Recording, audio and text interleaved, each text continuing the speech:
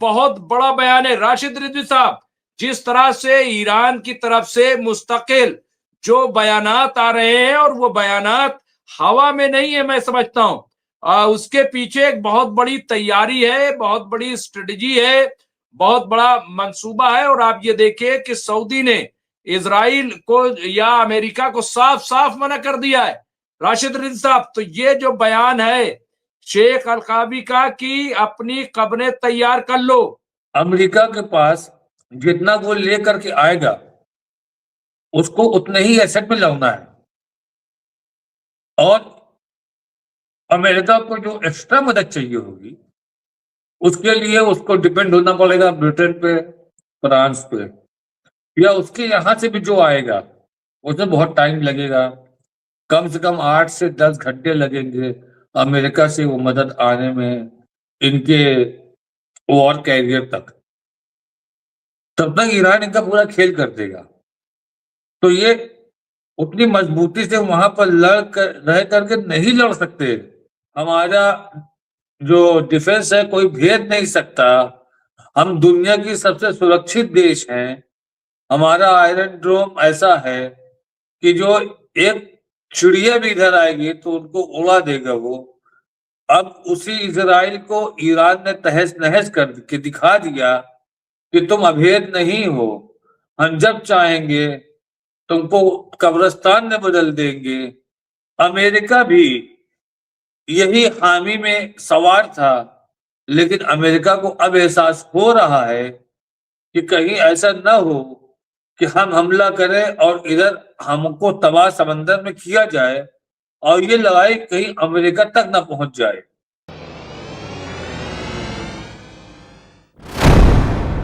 कई अहम खबरें हैं। ईरान भी पूरी तरह से तैयार है। अमेरिका भी पर तौल रहा है, बार बार धमकी पे धमकी दी जा रही है। कैसा देखते हैं हालात? क्या इस वक्त आपका तजिया क्या कहता है राशिद रिजवी साहब? देखिए मुमताज भाई, इसमें तजिया की कोई बात नहीं है।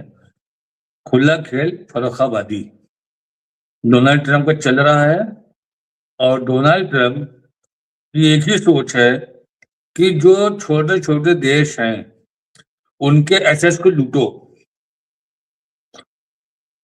ये खेल उनका आपने देखा होगा वेनेजुएला में भी उन्होंने, उससे पहले सीरिया में भी किया, इराक में भी किया, और फिर ग्रीनलैंड को भी लूटने की कोशिश की, और ईरान को तो कई बार लूटने की कोशिश की। ईरान को तो एक बार ये लूट चुके थे। ईरान की गवर्नमेंट को चेंज किया इन्होंने, चेंज करके शाह पहलवी को लेकर के आए, और फिर अपनी मर्जी मन माफिक सारी चीजें करते रहेंगे। क्योंकि अमेरिका का ये उसूल है कि अपने यहाँ के बिजनेसमैनों को बिजनेस देने के लिए आप पूरी दुनिया में दमन करो, और ये दमन इन्होंने किया। अभी तक ये हथियारों का दमन करते थे। हथियार बेचने के लिए ये देशों में रजिस्ट्रेशन क्रिएट करवाते थे। हथियार बेचने के लिए ये विदेशों में जा करके छोटे छोटे ग्रुप तैयार करवाते थे, मिलिटेंट्स, जो सरकार के लिए एक मुसीबत बनी रहती थी। और उसके बाद इनके हथियार खरीदे जाते थे। एक मुल्क को दूसरे मुल्क से लड़वा करके उनको हथियार बेचना। तो जो इनके बिजनेसमैन थे वो भी पैसा कमाए, उनसे अमेरिका को पैसा आए, ये सब इनकी स्ट्रेटेजी थी, और उसी में ये काम करते रहे। अब इनका खेल आ गया है तेल पे, और पूरी तरीके से ये तेल के खेल में घुस गए। वेनेजुएला के तेल को उन्होंने अपना तेल बताया। ईरान में भी उन्होंने कोशिश की, 2 साल पहले भी कोशिश की, अभी भी कोशिश की। ईरान में जिस तरीके से प्रोटेस्ट कंट्रोल हो गया है, ना के बराबर खत्म हो गया है। अब जो शाह पहलवी के समर्थक हैं वही 150 के ग्रुप में इधर उधर चौराहे में थोड़ा प्रोटेस्ट कर लेते हैं। अब वो 1000-2000 के लोगों वाला प्रोटेस्ट भी खत्म हो चुका है। तो ये चाहते हैं कि किसी तरह से प्रोटेस्ट उग्र हो और हम उसका फायदा उठाएं। ये बार बार ईरान के लोगों को डोनाल्ड ट्रंप मैसेज कर रहे हैं कि हम आ गए हैं, आप लोग अपने हक के लिए आवाज उठाओ, हम आपके साथ हैं। ये बोलने का मतलब क्या है? अब उनका एक सूत्री कार्यक्रम है कि हम रिजीम चेंज करेंगे। मतलब इनका जो पहले का ही कार्यक्रम था वो भी रिजीम चेंज करना ही था। ये शुरू से ही रिजीम चेंज करने में लगे हुए थे कि हम रिजीम चेंज करें और किसी तरीके से रजा पहलवी को लेकर के आ जाएं और यहाँ के तेलों पर कंट्रोल करें, हुर्मुज पे अपना कंट्रोल करें, तो अपना टैक्स बढ़ाएं, हम अपनी मर्जी से गिनती के टैंकर निकलवाए, हम उससे ज्यादा तेल बेचोगे तो हम इतना टैक्स लेंगे, ये सब कंट्रोल करना। इस तरह की सारी चीजें जो दूसरे देश को खोखला करें और इनको धनवान करें, उस पर इनकी पूरी नजर है। और ये एक नाकाम कोशिश है, ये एक नाकाम कोशिश है कि वहां का रिजीम चेंज होगा, ये खुद डोनाल्ड ट्रंप जानते हैं। डोनाल्ड ट्रंप ने इससे पहले भी अभी एक 5-7 दिन पहले इन्होंने एक मैसेज ईरान को किया। ये छुप छुपा के थोड़ी बहुत मैसेज बाहर आए, खुल के नहीं आया ज्यादा, लेकिन ईरान ने उसका अपोज जो किया वो खुल के सामने आया। इन्होंने कतर के थ्रू मैसेज किया इनको कि ठीक है, कोई बात नहीं, हम तुम्हारे जो न्यूक्लियर प्लांट हैं और मिसाइल की जो छोटे मोटे स्टॉक है वहां पर बमबारी करके चले जाएंगे। तो ईरान ने कहा कि हम यही तो नहीं होने देंगे। अगर एक भी मिसाइल गिरा, एक भी अटैक हुआ, तो ये फुल स्केल जंग हो जाएगी और शुरू वो करेंगे, खत्म हम करेंगे। मुमताज भाई, आप इतने दिनों से जर्नलिज्म में हैं, आपने दुनिया को देखा है, अब आप ये बताइए, ईरान का पूरा बेस समंदर तो नहीं है कि ईरान का पूरा बेस समंदर है कि जो ईरान को हर तरीके की जरूरतें मुहैया करा दे जब उसको जरूरत पड़े। ईरान सॉरी अमेरिका के पास जितना वो लेकर के आएगा उसको उतने ही एसेट में लाना है, और अमेरिका को जो एक्स्ट्रा मदद चाहिए होगी उसके लिए उसको डिपेंड होना पड़ेगा ब्रिटेन पे, फ्रांस पे, या उसके यहां से भी जो आएगा उसमें बहुत टाइम लगेगा। कम से कम 8 से 10 घंटे लगेंगे अमेरिका से वो मदद आने में, इनके वॉर कैरियर तक। तब तक ईरान इनका पूरा खेल कर देगा। तो ये उतनी मजबूती से वहां पर रह करके नहीं लड़ सकते जितना ये अपनी जमीन से लड़ सकते थे अमेरिका। अब इनको जमीन चाहिए थी सऊदी अरबिया की और कतर की, उन्होंने मना कर दिया, अपनी जमीन नहीं देंगे। जॉर्डन ने अपना उनको एयरबेस दिया है, आज ही उनका एक बड़ा जहाज वहां पे लैंड किया है जिसका काम यह है कि फंसे हुए फौजियों को निकालना। अब आप ये सोचिए कि अपना डिफेंस कितने अचूक तरीके से तैयार कर रहा है अमेरिका, कि अगर हम यहाँ पर हारेंगे या हम घिरेंगे तो अपने फौजियों को भी हमको निकालना होगा। वो सारी चीजें वो कर रहा है। आज चाइना ने एकदम साफ कह दिया है कि अगर ईरान पर आपने हमला किया तो आप ये समझ लीजिएगा कि ईरान के साथ हम खड़े होंगे। बहुत बड़ी बात है ये मुमताज भाई, कि अगर चाइना ने कह दिया कि अगर आपने ईरान पे हमला कर दिया तो आप ये समझ लेना कि ईरान के साथ हम खड़े रहेंगे।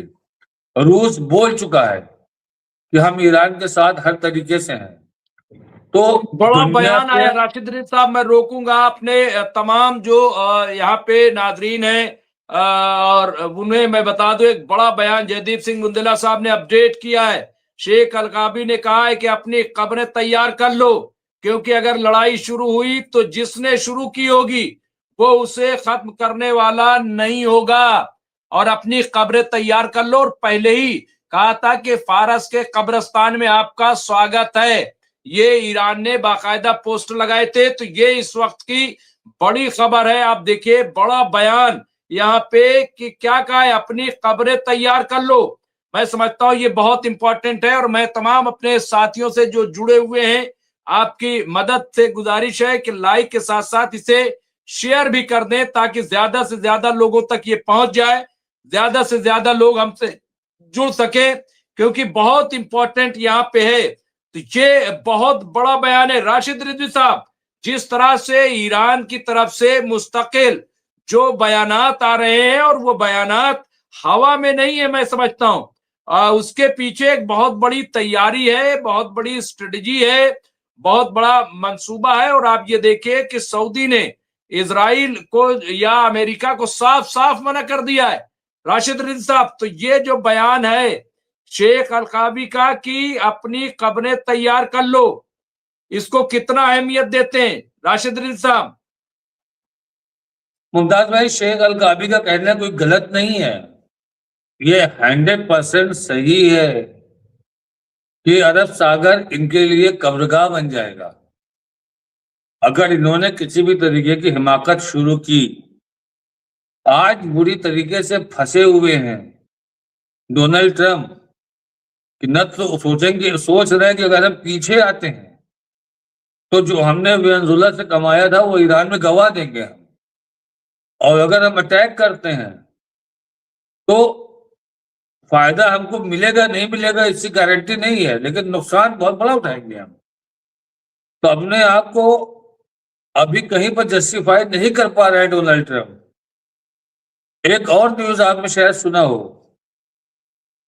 कि ईरान ने बेहिसाब अपग्रेड ड्रोन बनाए हैं और ऐसे घातक ड्रोन बनाए हैं जैसे पहले जो ड्रोन थे वो उन चीजों पर अटैक करते थे जो स्टील हो, जैसे बना हुआ मकान है, बिल्डिंग है, टावर्स है, उस पर अटैक करना। अब इनके ड्रोन मिसाइल की तरह जो चीजें मूवेबल हैं, चाहे कार हो चाहे हवाई जहाज हो, जो चलती रहेगी उसको भी वो टारगेट करके जाके अचूक टारगेट पर लगेगा। और इनके ड्रोन 8 मिसाइलों को लेकर के उड़ सकते हैं और 6 घंटे तक हवा में उन मिसाइलों को लेकर के उड़ सकते हैं और अचूक अटैक भी कर सकते हैं वो मिसाइल से। तो इन चीजों को देख करके और उसका ईरान ने आज वो भी किया है, शो भी किया, उसको दिखाया भी उसने। संडे और मंडे, इतवार और दोशंबा, 2 दिन ईरान ने हुर्मुज के आसमान के लिए यह मैसेज दे दिया है कि यहाँ पर कोई भी फ्लाई आप करिएगा तो अपने रिस्क पे करिएगा, क्योंकि हम लोग यहाँ पर एक लाइव ड्रिल करने जा रहे हैं। मतलब ये एक संकेत अमेरिका को दिया जा रहा है कि हम पूरी तरीके से तैयार हैं, जबकि हकीकत ये है ईरान किसी भी तरीके की जंग नहीं चाहता। ईरान क्या कोई भी मुल्क जंग नहीं चाहता। कोई नहीं चाहता कि हमारे अंदर 1% की तबाही हो चाहे 10% की तबाही हो। तबाही कोई भी मुल्क बर्दाश्त नहीं करेगा। लेकिन जिस हिसाब से इसको घेरा जा रहा है ईरान को, बार बार उसको पिंच किया जा रहा है, परेशान किया जा रहा है, टॉर्चर तो वो कर ही रहे हैं, रेगुलर टॉर्चर ही कर रहे हैं। वो इनके ऊपर पाबंदियां लगा रहे हैं। आज यूरोपीय नेशन ने IRGC के ऊपर पाबंदी लगा दी और कई नेताओं को, लीडरों के ऊपर पाबंदी लगा दिया वीजे के कि ये EU नहीं आ सकते।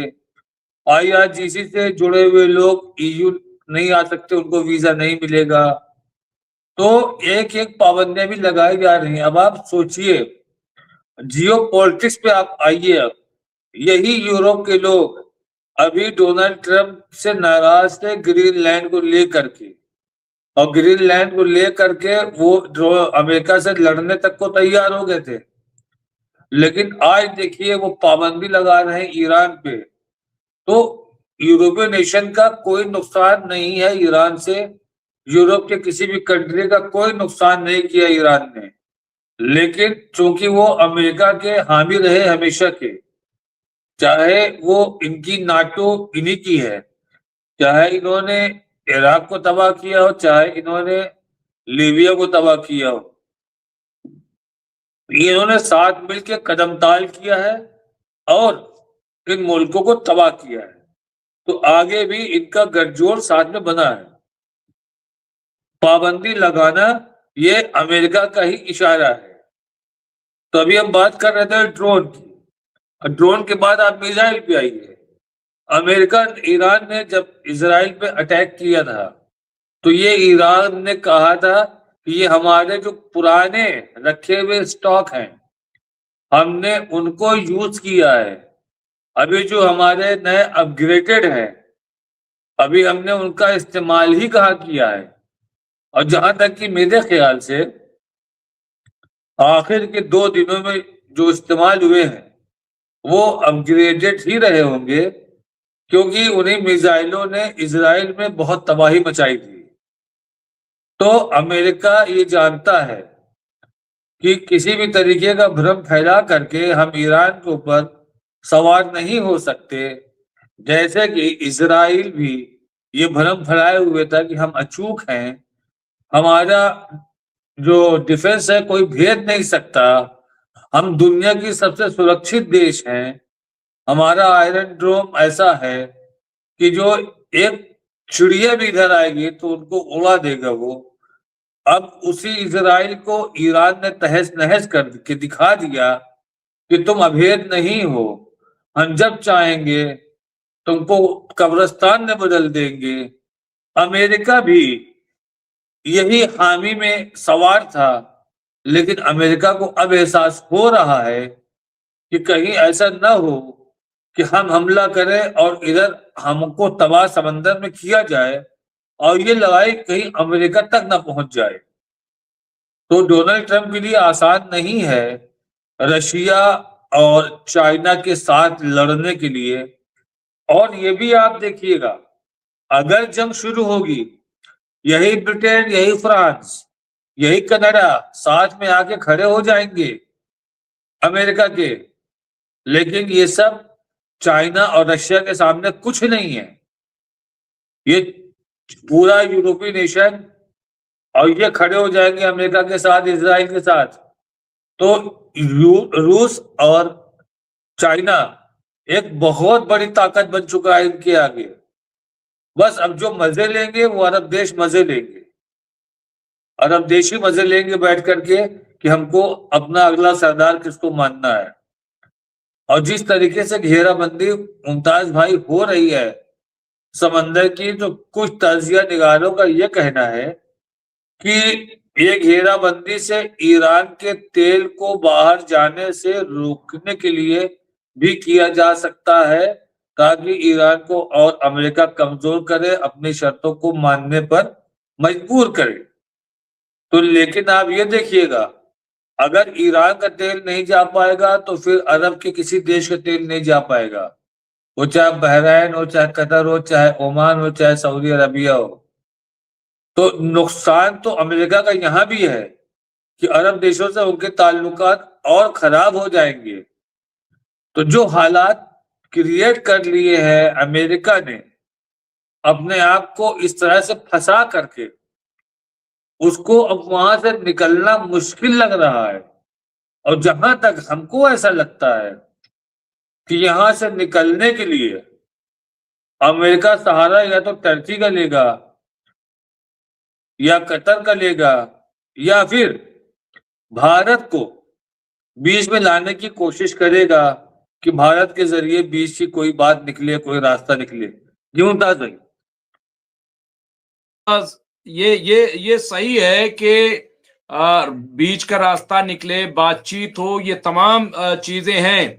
यहाँ पे बड़ी खबर आ रही है। खबर ये है कि कुछ ही देर बाद ईरान के ताल्लुक से डोनाल्ड ट्रंप जो है वो प्रेस से खिताब कर सकते हैं। ये खबर आ रही है कि कुछ ही देर बाद डोनाल्ड ट्रंप का ईरान के सिलसिले में कोई बड़ा बयान आ सकता है। ये इस वक्त की बड़ी खबर है। इसके अलावा जयदीप साहब ने अपडेट किया, यहाँ पे आप देखिए, यहाँ पे यूएस ने अपने अब्राहम लिंकन को ओमान के पर्वतों के पीछे छुपा लिया है ताकि ईरान हमला न कर सके। उसका मानना है कि मिसाइल 90 डिग्री पर हमला नहीं करती, इसलिए पर्वतों से उसके लिंकन की रक्षा हो सकती है। लेकिन विशेषज्ञों का कहना है कि अगर उस पर हमला न भी हो सके तो भी वो हमला नहीं कर सकेगा।